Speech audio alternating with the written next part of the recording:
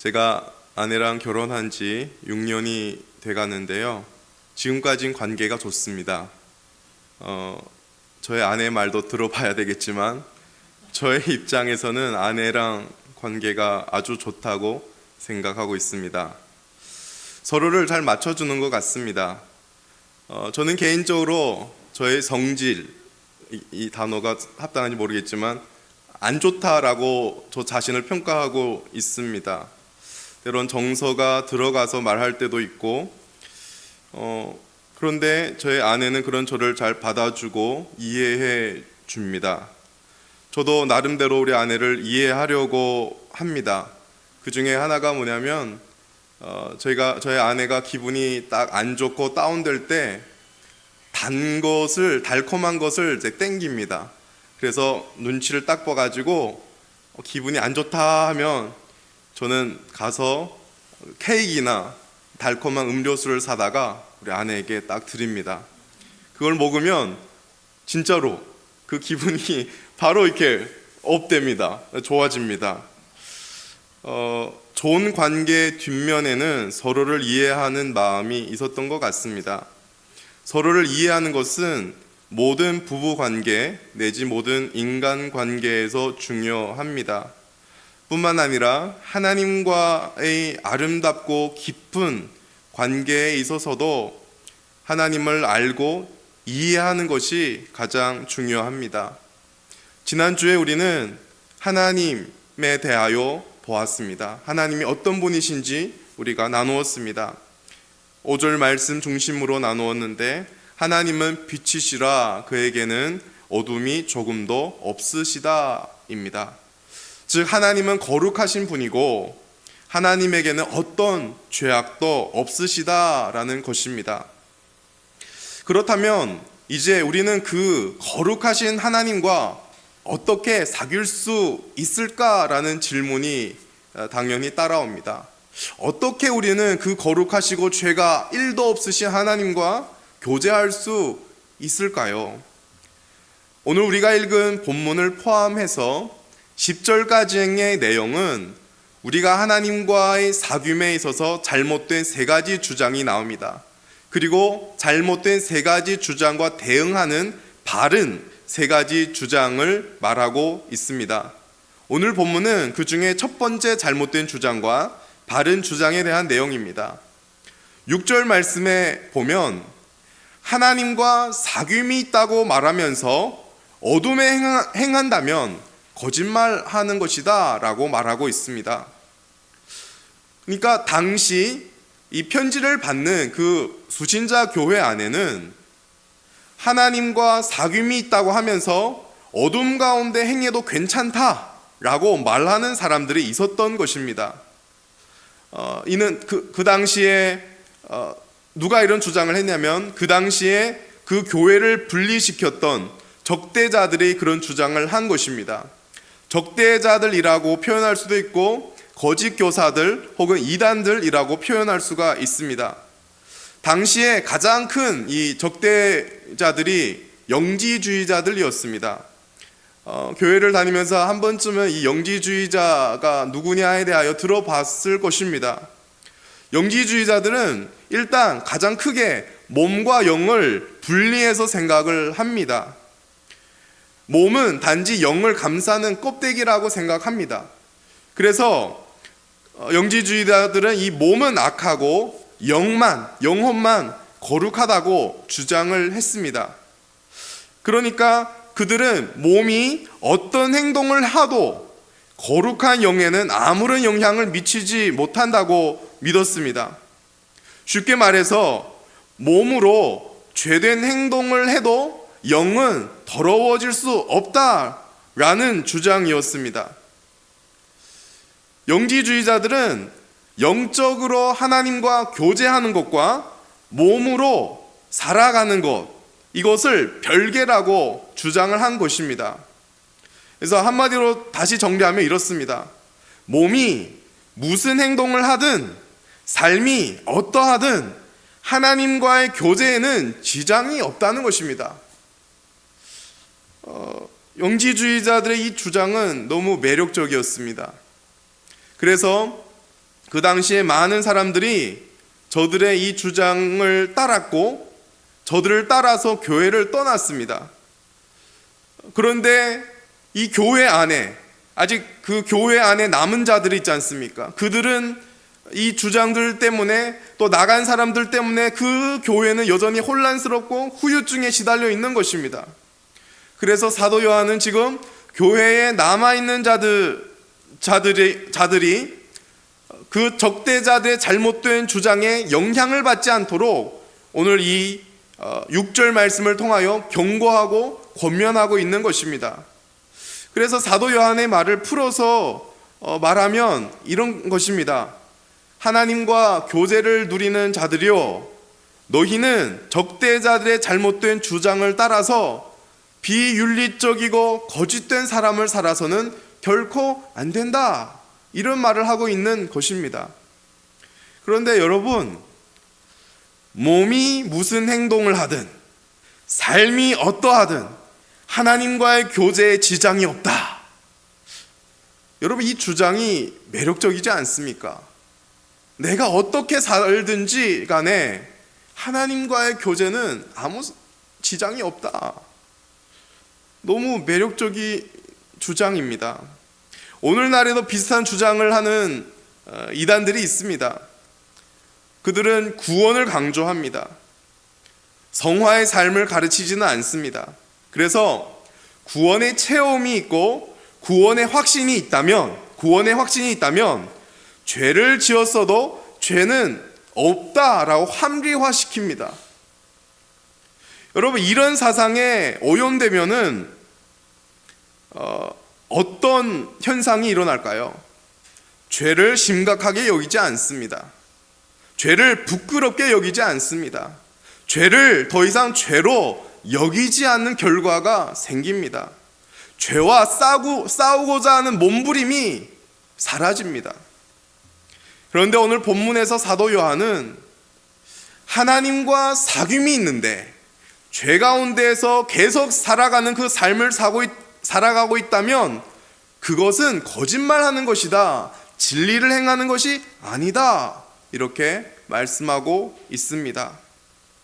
하나님은 거룩하신 분이시고 어둠을 조금도 용납하지 않습니다. 그래서 어둠 가운데 행하면서 그 거룩하신 하나님과 사귐이 있다 말하는 것은 모순이고 거짓말이라는 것입니다. 오늘날에도 이 영지주의가 주장한 이 사고 방식으로 신앙생활하는 사람들이 있습니다. 신앙은 신앙이고 삶은 삶으로 분리시키는 것입니다. 신앙과 삶을 조화시키려고 하지 않지요.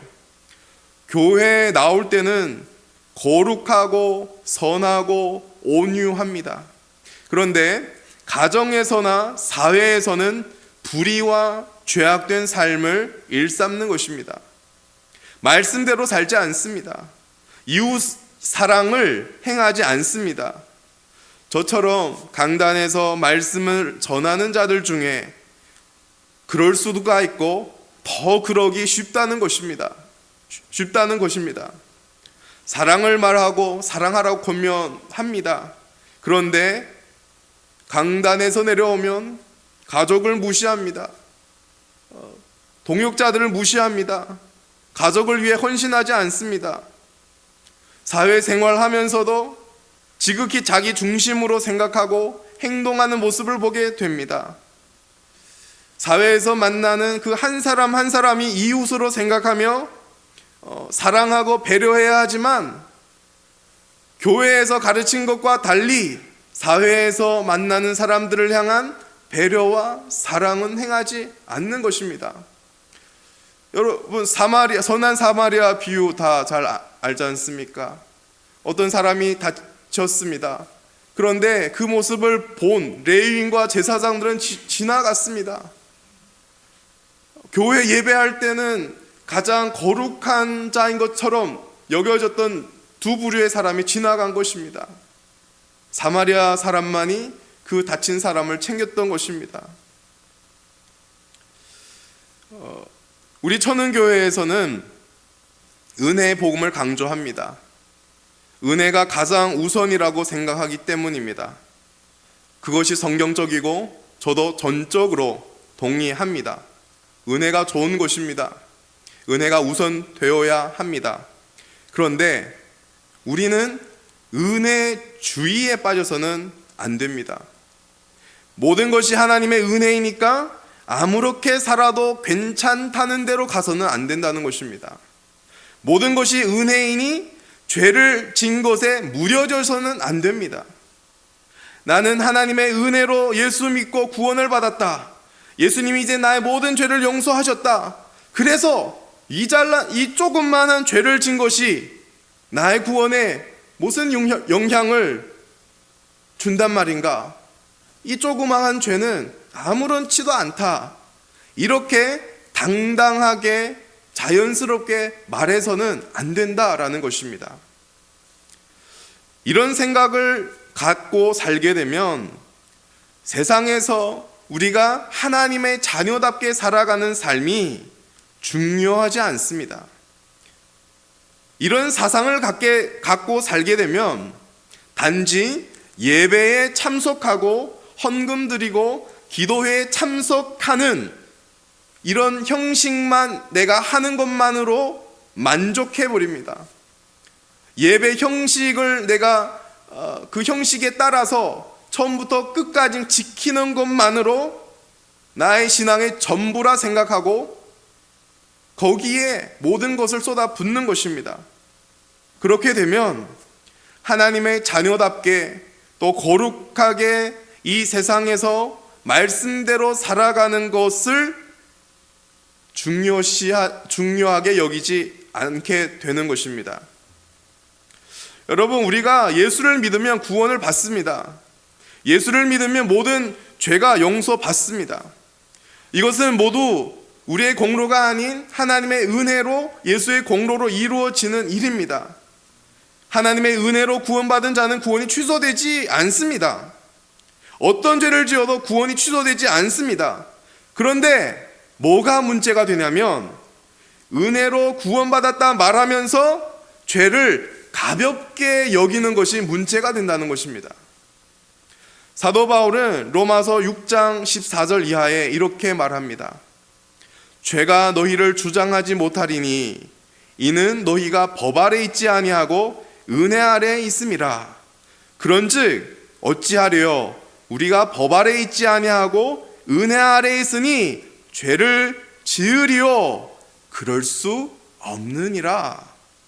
그러니까 은혜로 구원받았으니 죄를 가볍게 여기도 좋고 죄를 져도 괜찮다라고 말씀해서는 안 된다는 것입니다. 여러분, 요한복음 8장에 가늠하다 붙잡힌 여인에 대한 내용을 잘 아실 것입니다. 어떤 가늠하다가 잡힌 여인이 바리새인과 서기관들에 의해서 예수님 앞으로 붙들고 예수님 앞에 서게 됩니다. 그리고 이들은 모세의 율법으로 내밀면서 돌로 이 여자를 쳐야 한다고 주장합니다. 그리고 현장에 있는 모든 사람들이 돌을 들고 칠 준비가 되어 있었습니다. 예수님께서 너희 중에 죄 없는 자가 돌로 치라고 말씀했습니다. 그때 모든 사람들이 돌을 내려놓고 자리를 떠났습니다. 그 자리에는 이 여자를 정죄할 수 있는 사람이 하나도 없기 때문입니다. 모든 사람이 죄인이기 때문입니다. 그때 예수님께서 이 여자에게 말합니다. 나도 너를 정죄하지 않는다. 즉 가늠한 여인은 전적인 은혜로, 공로가 없지 않습니까? 가늠하다가 붙잡혔으니까 전적인 은혜로 그 자리에서 죄사함을 받은 것입니다. 그러나 주님이 한마디 더 하셨습니다. 가서 다시는 죄를 범하지 말라. 여러분, 하나님과 교제한다고 하면서 아무렇게 죄를 짓는 삶을 살아가는 것이 문제입니다. 예수를 믿으면서 계속 어둠 속에서 살고 죄를 지면서 살고 있다면 그런 삶을 정상이라고 여긴다면 그것이 문제라는 것입니다. 만약 하나님과 사귄다 말하고 여전히 어둠 가운데 살아간다면 그것은 거짓말하는 것입니다. 이런 신앙을 위선적인 신앙이라고 합니다. 위선은 무엇입니까? 말과 삶이 다르다는 것이지요. 위선적인 신앙은 하나님과의 교제를 방해합니다. 위선하는 자는 하나님과 사귐이 없이도 얼마든지 신앙생활을 할 수가 있습니다. 그리고 그것도 신앙생활을 잘하는 척 드러낼 수 있습니다. 칭찬받으면서 신앙생활을 할 수 있습니다. 성경에 바리새인과 서기관들이 나옵니다. 저들은 종교 지도자들이었습니다. 하나님의 말씀을 잘 아는 사람들이었습니다. 백성들에게 하나님의 말씀을 가르치는 자들이었습니다. 그런데 그런 종교 지도자들에게 있어서 그들의 신앙의 가장 큰 문제 중에 하나가 뭐냐면 외식이었습니다. 외식의 다른 말이 곧 위선입니다. 겉과 속이 다르다는 것입니다. 마태복음 23장에 전체가 예수님께서 저들의 문제와 죄악을 폭로하는 내용이 나오는데 그 중에 이런 내용이 있습니다. 마태복음 23장 3절 그러므로 무엇이든지 그들이 말하는 바는 행하고 지키되 그들이 하는 행위는 본받지 말라. 그들은 말만 하고 행하지 아니하며. 25절에 화 있을진저 외식하는 서기관들과 바리새인들이요 잔과 대접의 겉은 깨끗이 하되 그 안에는 탐욕과 방탕으로 가득하도다. 27절 화 있을진저 외식하는 서기관들과 바리새인들이요 회칠한 무덤 같으니 겉으로는 아름답게 보이나 그 안에는 죽은 사람의 뼈와 모든 더러운 것이 가득하도다. 28절도 있습니다. 외적으로는 신앙생활을 잘하는 것처럼 보이고 자기 자신도 바리새인과 서기관 자기 자신들도 신앙생활을 잘한다고 생각했던 것입니다. 그런데 주님이 볼 때는 그들의 마음속에는 불의와 죄악이 이 어둠이 가득 차 있다는 것입니다.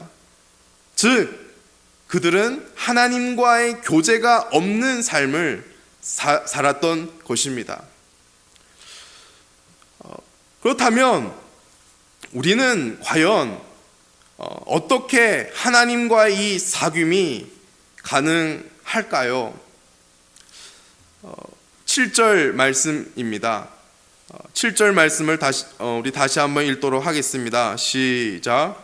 그가 빛 가운데 계신 것 같이 우리도 빛 가운데 행하면 우리가 서로 사귐이 있고 그 아들 예수의 피가 우리를 모든 죄에서 깨끗하게 하실 것이요. 여기서 빛 가운데 행하면 사귐이 있다라고 말을 합니다. 여기 빛 가운데 행한다라는 말은 완전한 거룩을 말하는 것이 아닙니다. 여기서 빛 가운데 행한다라고 말을 했을 때는 우리가 빛에 속한 하나님의 자녀일지라도 어떤 때는 빛 가운데 행하고 어떤 때는 어둠 가운데 거하며 행할 수 있는 두 가지 가능을 말하고 있습니다. 그러니까 완전한 거룩이 아니라 거룩한 삶을 살 때도 있고 죄악 가운데 살아갈 때도 있다라는 두 가지 가능성이 이 말에 있습니다. 그런데 우리가 주목해야 할 것은 7절의 하반절입니다. 우리가 빛 가운데 행하면 빛이신 하나님과 서로 사귐을 갖게 됩니다. 그리고 놀라운 것은 그 사귐의 결과입니다. 그 사귐의 결과가 뭡니까? 그 아들 예수의 피가 우리를 모든 죄에서 깨끗하게 하시는 것입니다. 하나님과의 사귐의 결과가 예수의 피로 깨끗함을 받는다라는 것입니다. 여러분 이 말씀을 우리가 그냥 읽었을 때 논리가 좀 잘 안 맞는 것 같습니다. 빛 가운데 행하면 사귐이 있고 사귐 다음에 그리스도의 피가 우리를 씻어준다고 합니다. 논리적으로는 우리는 약간 반대로 생각하기 쉽습니다. 씻음 받고 거룩해져야 사귐이 있는 것이 아닌가라고 말을 합니다. 그런데 오늘 본문은 그렇게 말하지 않습니다. 우리가 하나님과 사귀면 그 사귐 가운데 예수 그리스도의 피가 우리를 씻기는 것이 있다는 것입니다. 그것도 일부분의 죄가 아니라 모든 죄를 씻기는 것이 하나님과 사귐 가운데 있다는 것입니다. 물론 우리가 빛 가운데서 계속 행하면, 우리가 거룩하게 산다면 하나님과 지속적인 사귐을 가질 수 있습니다. 그런데 우리가 빛 가운데 항상 살 수 있는 것이, 살 수 없다는 것이 현실이 아닙니까? 우리가 때론 어둠 가운데 살고 죄 가운데 사는 것이 우리의 현실이 아닙니까? 그렇게 어둠 속에 머물고 죄 가운데 살아가는 우리가 어떻게 이 빛이신 하나님과 사귈 수 있단 말인가? 여기서 가장 중요한 것은 하나님과의 사귐, 하나님과의 교제 자체가 답입니다. 그 모습 그대로 하나님께 나아가 하나님과의 교제하라는 것입니다. 하나님과 교제할 때 그 속에는 예수의 피가 준비되어 있다는 것입니다. 예수의 피로 씻김 받은 자가 다시 빛 가운데 행할 수 있는 것이고, 빛 가운데 행할 때 하나님과 계속 사귀게 되는 것입니다. 그러니까 이 구절에서 가장 중요한 것은 하나님과의 사귐입니다. 거룩해져서 사귀는 것이 아니라 사귐 그 자체입니다. 그 모습 그대로 날마다 하나님과 사귀라는 것입니다. 그렇게 하나님께 나아가라는 것입니다. 하나님께 나아갈 때 거기에 그리스도의 피가 예비되어 있다는 것입니다. 최영삼 교수는 그의 책에서 하나님과 이 사귐을 모닥불을 가까이 하는 것에 비유하고 있습니다. 그의 글을 저의 말과 좀 섞어서 말씀드리겠습니다. 칠흑 같은 밤, 차갑게 얼어붙은 벌판 한가운데 타오르는 모닥불이 있다. 그 모닥불은 주변을 환하게 밝힌다. 그리고 그 빛은 모든 것을 드러낸다. 어둠 속에 있는 추하고 더러운 곳, 모든 수치와 상처, 죄악들을 모두 밝히 비춘다. 그래서 어두움 속에 있는 우리 인간은 모든 것을 밝히 드러내는 하나님 앞으로 나아가는 것이 두렵고 어렵다고 합니다. 그런데 중요한 것은 마지막 이것입니다. 그런데 활활 타오르는 모닥불 앞으로 나아가기만 한다면 우리의 얼어붙은 몸과 마음을 녹일 수 있고 그 밤을 견딜 수 있다. 거룩하신 하나님 앞에 설 때, 말씀 앞에 설 때 우리의 모든 것이 드러납니다. 나의 가장 추하고 더럽고 악한 것이 드러납니다. 그것이 두려워서 하나님과 교제하는 것을 하지 않는다면 우리는 그것이 두려워서 교제를 하지 않으려고 한다는 것입니다. 그런데 하나님, 거룩하신 하나님께 나아가기만 한다면 그 교제는 마치 모닥불이 우리를 비추어주고 우리를 따뜻하게 해주고 우리의 상처를 치유해주고 우리의 얼어붙은 마음을 녹여주는 것처럼 하나님께 나아가기만 하면 하나님께서 그리스도의 피로 우리를 감싸 주신다라는 것입니다. 여러분, 빛이신 하나님의 거룩은 우리를 정죄하고 심판하시기 위한 거룩이 아닙니다. 하나님의 거룩 속에는 하나님의 긍휼이 예비되어 있습니다. 하나님의 거룩한 빛에 우리의 모든 죄악과 더러움이 드러납니다. 그것은 사실입니다. 그런데 동시에 하나님의 거룩함 앞에서 우리는 하나님이 예비해 주신 그리스도의 피로 씻김 받을 수가 있습니다. 아담과 하와가 범죄한 후에 하나님께서 심판을 선포하셨습니다. 거룩하신 하나님 앞에 죄가 있을 수 없기 때문입니다. 그런데 우리가 눈여겨봐야 하는 한 가지 대목이 있습니다. 아담과 하와가 범죄하고 나서 눈이 밝아지고 자기들이 벌거벗은 줄을 알았습니다. 그런데 죄가 있기 전에는 벌거벗었지만 부끄러운 줄 몰랐습니다. 죄가 들어오니까 벌거벗은 것이 보였고 그것이 부끄러웠습니다. 그래서 무화과 나무 잎으로 치마를 만들었습니다. 근데 하나님이 이때 찾아왔습니다. 아담과 하와는 부끄러움 때문에 또 두려움 때문에 나무 사이에 숨었습니다. 하나님과의 그 교제를 피한 것입니다. 그런 부끄러움과 두려움이 늘 하나님께 나아가는 것을 방해하는 요소지요. 그런데 하나님 앞에 딱 나아갔을 때 놀라운 일이 일어났습니다. 하나님께서 아담과 하와에게 가죽옷을 지어 입히셨습니다.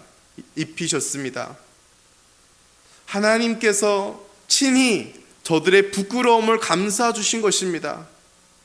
죄를 덮기 위한 인간의 방법은 기껏해야 무화과 나무 잎 그것뿐이었습니다. 바람과 눈, 비에 취약한 나뭇잎. 그래서 언제든지 나뭇잎이 말라서 썩어지고 다시 부끄러움이 드러날 수밖에 없는 나뭇잎뿐이었습니다. 그러나 하나님께 나아가는 순간 하나님께서는 어떤 환경에도 부끄러움을 가릴 수 있는 가죽 옷을 준비하신 것이었습니다. 제가 무슨 말씀을 드리려고 하냐면 거룩하신 하나님 앞에 나아가면 우리의 죄악과 부끄러움이 그대로 들어가는 것은 사실입니다. 말씀 앞에서 우리의 죄악이 드러나고 기도 가운데 우리의 죄악과 우리의 더러움이 보게 됩니다. 예배를 통하여 깨닫게 됩니다. 그런데 거기서 동시에 우리는 하나님께서 예비해 주신 가죽 옷 대신 예수 그리스도를 만난다는 것입니다. 예수 그리스도의 피가 우리의 모든 죄를 깨끗하게 씻어준다는 것입니다. 여러분, 우리는 왕왕 우리가 거룩해야 하나님께 나아갈 수 있다라고 생각을 합니다. 우리의 자격을 따지려고 합니다. 그래도 내가 이만큼 경건 생활을 해야 하나님께 나아갈 수 있고 하나님이 나를 받아준다 이렇게 생각합니다. 우리가 죄가 없어야 거룩해야 하나님께 나아갈 수 있다는 생각을 하기가 쉽습니다. 그래서 나의 삶을 보면 더러움이 있고 경건치 않은 삶 때문에 하나님께 나아가지 않고 위선의 신앙생활을 합니다. 분명 나는 죄악으로 더러워 있는데 사람들 눈앞에는 거룩한 척 신앙생활을 잘한 척 보이려는 위선의 신앙생활을 하게 됩니다. 하나님의 교제를 피합니다. 여러분, 물론 거룩한 삶을 살 때 하나님과의 그 지속적인 사귐이 있습니다. 그런데 중요한 것은 우리가 하나님 앞으로 나아갈 때는 죄가 없어서 나아가는 것이 아닙니다. 오히려 그와 정반대입니다. 우리 안에 있는 어두움과 죄가 있기 때문에 그것을 가지고 그대로 하나님 앞에 나아가는 것입니다. 그럴 때 하나님께서 그 아들 예수 그리스도의 피로 우리를 깨끗하게 하심을 우리는 경험하게 됩니다. 여러분, 한국에서 어린아이를 키우는 가정, 제가 그 중에 지금 한 가정인데요. 아마 한국에서 어린아이를 키우는 가정은 다 마찬가지겠지만 아이들을 매일 목욕을 시켜줍니다. 그래서 한국에 사는 아이들을 보면 다 귀엽고 뽀얗고 가까이 가면 향기가 납니다. 엄마가 매일 씻어주니까 엄마의 손길이 가니까 그렇게 향이 나는 것입니다. 그런데 만약 아이가 하루라도 엄마의 손길을 떠나면 어떻게 될까요? 땀내가 나겠지요. 이틀을 방치하면 땀내가 더 심해지겠지요. 일주일을 엄마가 케어하지 않으면 냄새가 더 세지겠지요. 마찬가지로 우리가 하나님과의 교제를 떠나면 우리에게서 냄새가 난다는 것입니다. 그러니 날마다 하나님의 손길 가운데 우리는 나가야 합니다. 그것이 하나님과의 교제입니다. 하나님이 하시는 말씀에 귀를 기울이기도 하고 날마다 하나님께 말씀을 드리기도 하면서 그 교제를 이어가야 한다는 것입니다. 하나님과의 사귐 속에는 그의 아들 예수 그리스도의 보혈의 은혜가 예비되어 있다라는 사실을 여러분 붙잡으십시오. 하나님께 나아가면 됩니다. 나아가기만 하면 하나님께서 예수님의 보혈로 우리를 씻어 주십니다. 하나님께 나아가는 것이 우리가 빛 가운데 행하고 하나님과 더 깊고 아름다운 관계를 만들어가는 길입니다. 그러니까 하나님과의 어떻게 사귀어야 되냐라고 했을 때 매일 그 모습 그대로 하나님께 나아가는 것이 정답입니다. 사랑하는 성도 여러분, 날마다 하나님께로 나아가서 하나님과 교제하시고 그 가운데 그리스도의 보혈의 씻김을 받으시며 그래서 빛 가운데 행하는 하나님의 자녀로 살아가시기를 예수님 이름으로 축복드립니다. 기도하겠습니다.